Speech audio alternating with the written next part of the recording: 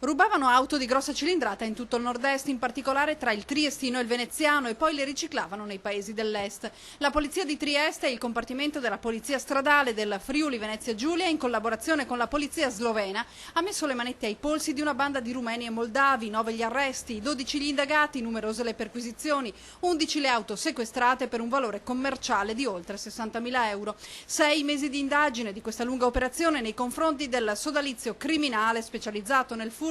e nella ricettazione di veicoli di marca BMW e Range Rover. Gli accertamenti sono iniziati nel marzo scorso, quando al confine triestino di Ferneti 2 auto di grossa cilindrata BMW non avevano rispettato l'ALT delle pattuglie della polizia stradale e della polizia di frontiera di Trieste, fuggendo ad alta velocità nella vicina Repubblica Slovena. Immediate le indagini dopo l'inseguimento, che hanno portato in fasi successive all'arresto dei corrieri delle vetture rubate che transitavano attraverso i valichi di confine in provincia di Trieste, nella vicina Slovenia, e destinate al mercato clandestino ungherese e moldavo. Infine le perquisizioni e l'individuazione e il fermo dei ladri e dei vertici dell'organizzazione criminale.